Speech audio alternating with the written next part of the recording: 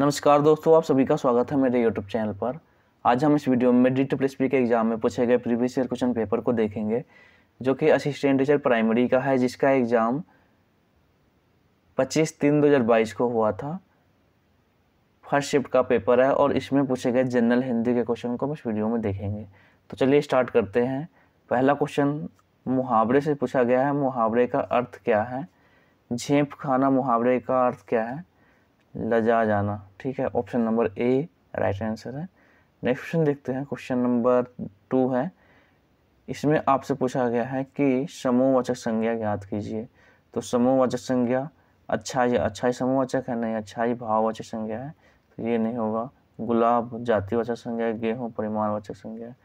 तो इसमें से आपका गड्डी जो है, गड्डी मतलब ताश की गड्डी आप कर सकते हो, ये हमारा समूहवाचक संज्ञा है। ऑप्शन नंबर 1 राइट आंसर है।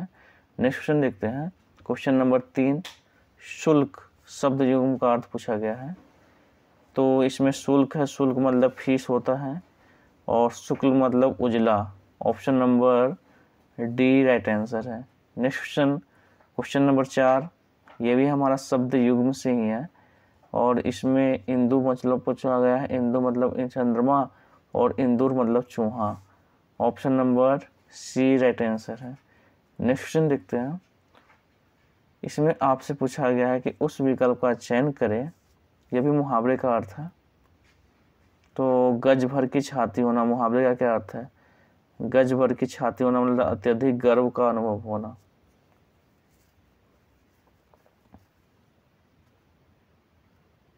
बेटे के पास होने के बाद पिता की छाती गज भर की हो गई। ठीक है, तो उसी को हम बोलते हैं अत्यधिक गर्व का अनुभव करना, मतलब उसके पिताजी बहुत ही गर्व अनुभव कर रहे थे। तो क्वेश्चन नंबर 6 है। इसमें आपसे पूछा गया प्रत्यय क्या होगा? प्रत्यय ज्ञात करिए, किसी जो दिए गए शब्द का प्रत्यय ज्ञात कीजिए। चिल्लाहट है, तो इसमें आहट प्रत्यय होगा। Option number D right answer है। नेक्स्ट क्वेश्चन देखते हैं। क्वेश्चन नंबर 7 है। निम्नलिखित वाक्यों में से मिश्र वाक्य ज्ञात कीजिए। देखो, मिश्र वाक्य हम जब बात करते हैं तो राम ने एक पुरानी कार खरीदी, तो हमारा सरल वाक्य है, तो ये नहीं है। राम ने एक कार खरीदी और वह पुरानी है, तो संयुक्त वाक्य हो गया, और आ गया। तो राम ने एक कार खरीदी, वह पुरानी है, तो इसको हम ये भी हमारा सरल वाक्य टाइप का हो सकता है। राम ने जो कार खरीदी, जो आ गया ना, तो यहाँ पे ये हमारा कौन सा है? मिश्र वाक्य है। Option number D right answer है। नेक्स्ट क्वेश्चन देखते हैं। क्वेश्चन नंबर 8 है। देखो, सरल वाक्य, संयुक्त वाक्य और मिश्र वाक्य, इन तीनों में अंतर कैसे करते हैं, ये मैंने आपको पिछले वाले वीडियो में बताया। अगर आप पहली बार देख रहे हैं तो आप पिछला मेरा वीडियो जाकर देख सकते हैं कि कैसे आपको पहचानना है। ठीक है, उसमें मैं ट्रिक बताया हूँ। नेक्स्ट क्वेश्चन देखते हैं। क्वेश्चन नंबर 8 है। इसमें आपसे पूछा गया है कि दिए गए वाक्य में गुणवाचक विशेषण ज्ञात कीजिए। हमारे विद्यालय के आसपास एक विशाल वृक्ष है। तो विशाल वृक्ष कैसा है? विशाल है, तो यही गुणवाचक है, तो विशाल इसमें गुणवाचक है। Option number C right answer है। मतलब किसी आपसे पूछा जाएगा कि विशेषण किसे कहते हैं? जो संज्ञा और सर्वनाम विशेषता होता है, तो वृक्ष की विशेषता बता रहा है कैसा वृक्ष है, विशाल है, तो इसलिए विशेषण विशाल हो गया। नेक्स्ट क्वेश्चन देखते हैं। निम्नलिखित में से कौन सा शब्द नित्य बहुवचन में प्रयुक्त होता है? दूध, माल, इसमें से सम्मान और दर्शन, तो उसमें कौन है? दर्शन। दर्शन हमेशा बहुवचन में प्रयोग होता है। Option number D right answer है। नेक्स्ट क्वेश्चन देखते हैं। क्वेश्चन नंबर 10 है। इसमें उपयुक्त विराम चिन्ह का चयन कीजिए। देखो, क्या प्रधानाचार्य आज नहीं आएंगे? तो इसमें पूछा जा रहा है, तो इसलिए पहले तो इन्वर्टेड कॉमा हो जाएगा यहाँ पे, और दूसरी बात यहाँ पे प्रश्नवाचक चिन्ह, तो option number D right answer है। नेक्स्ट क्वेश्चन देखते हैं। सवेरा हुआ, चिड़िया चहचहाने लगी, में विराम चिन्ह होगा सवेरा हुआ, तो यहाँ पे कॉमा का प्रयोग होगा। Option number D right answer है। नेक्स्ट क्वेश्चन देखते हैं। क्वेश्चन नंबर 12 दिए गए शब्दों में शुद्ध वर्तनी का चयन कीजिए। शुद्ध वर्ड तो नहीं मिक्स में, देखो अनजान तो ऐसे लिखा जाता है, नहीं ये भी नहीं है अनजान। Option number C right answer है। नेक्स्ट क्वेश्चन देखते हैं। क्वेश्चन नंबर 13 है, निम्नलिखित वाक्यों में से सरल वाक्य ज्ञात कीजिए। सरल वाक्य कौन सा है? वर्षा होते ही मोर नाचने लगे। देखो वर्षा हुई और मोर नाचने लगे, ये तो हमारा संयुक्त वाक्य हो गया, ठीक है, तो ये नहीं हो गया। जब वर्षा हुई तब मोर नाचने लगे, तो ये हमारा कौन सा संयुक्त वाक्य, ये सरल वाक्य हो जाएगा। सरल नहीं, संयुक्त वाक्य हो जाएगा। जब है ना, तो जब है तो मिश्र वाक्य होगा। जैसे ही वर्षा हुई, ये भी मिश्र वाक्य है, तो ये भी नहीं होगा, ये भी नहीं होगा। Option number C right answer होगा। वर्षा होते ही मोर नाचने लगे सरल वाक्य है। अगला क्वेश्चन देखते हैं। क्वेश्चन नंबर 14 है, पर्यायवाची निकालो, इसका बताओ कि क्या है। पर्यायवाची शब्द ज्ञात करें। तो इसमें है उत्कर्ष। उत्कर्ष का निस्तार होगा नहीं, मुक्ति, युक्ति, समृद्धि हो सकता है। Option number C right answer है। नेक्स्ट क्वेश्चन देखते हैं। क्वेश्चन नंबर 15 है, उसने गोल्ड मेडल जीता होगा। उसने गोल्ड मेडल जीता होगा, इसमें कौन सी वृत्ति है? तो वृत्ति की जब बात करते हैं, संदेहार्थक है कि उसने गोल्ड मेडल जीता होगा, मतलब हम ऐसा क्या कर रहे हैं, संदेह कर रहे हैं उस पर कि जैसे वो पहुंच गया होगा, ऐसे होता संदेह है, तो हमें पता नहीं, क्लियरली पता नहीं है, तो इसलिए संदेहवाचक होगा। निश्चयार्थक, आज्ञात्मक, अज्ञार्थक, संकेतार्थक तो नहीं होगा। Option number D right answer है। नेक्स्ट क्वेश्चन देखते हैं।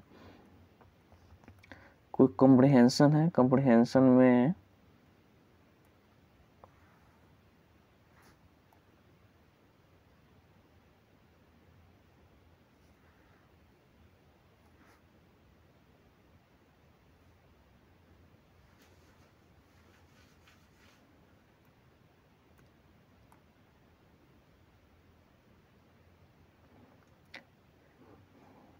तो देखो इसको मैं पढ़ता हूँ, इसमें जो कॉम्प्रिहेंशन है, मैला आंचल हिंदी का प्रतिनिधि आंचलिक उपन्यास है।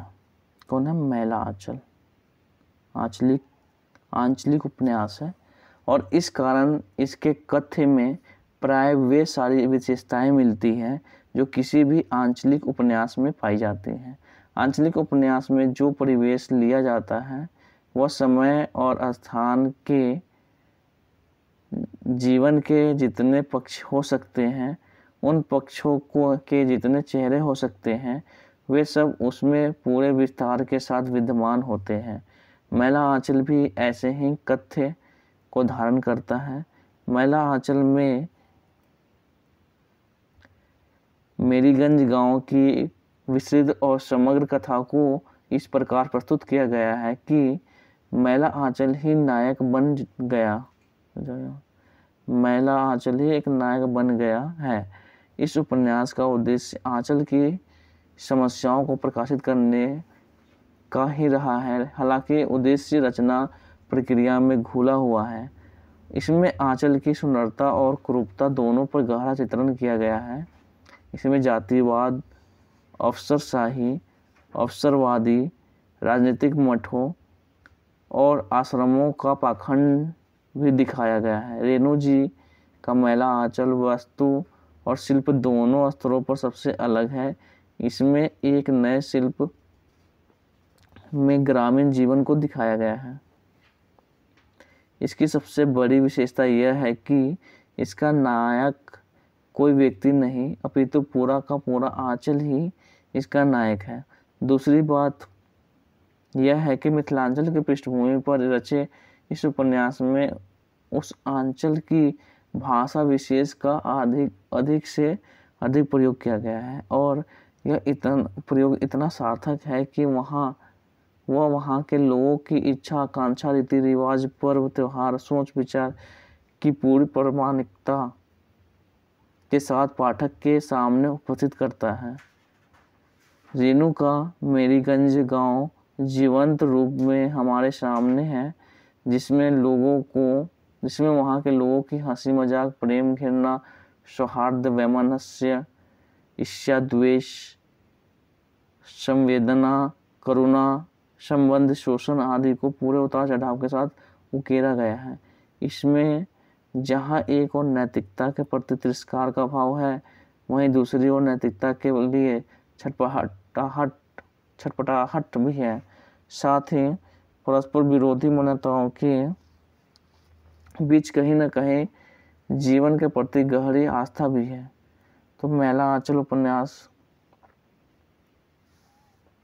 गांव की विस्तृत एवं समग्र कथाओं को प्रस्तुत किया गया है मेरीगंज गांव के। ठीक है, option number B right answer. Next देखते हैं, दिए गए उपन्यास में नैतिकता के लिए कौन सा भाव दिखाई देता है? छटपटाहट और तिरस्कार इसमें है। ऑप्शन नंबर सी। नेक्स्ट देखते हैं, क्वेश्चन नंबर 18 है, ईर्ष्या शब्द का सही विशेषण क्या होगा? तो ईर्ष्या शब्द का विशेषण ईर्ष्यालु। Option number A right answer है। नेक्स्ट देखते हैं, क्वेश्चन नंबर 19 है,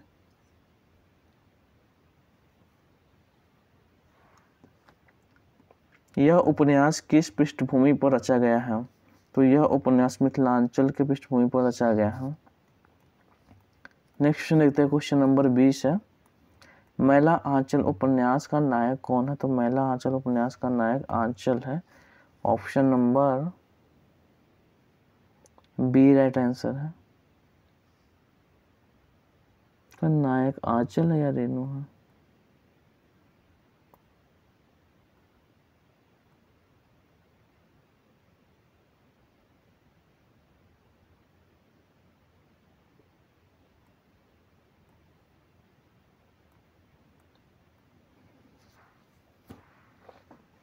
आंचल राइट आंसर है, ऑप्शन नंबर बी। तो ये 20 क्वेश्चन आपके कंप्लीट हो गए। आई होप वीडियो आपको अच्छा लगा होगा। अगर वीडियो अच्छा लगा तो लाइक करिए, सब्सक्राइब करिए एंड शेयर करिए। मिलते हैं नेक्स्ट वीडियो में। जय हिंद, जय भारत।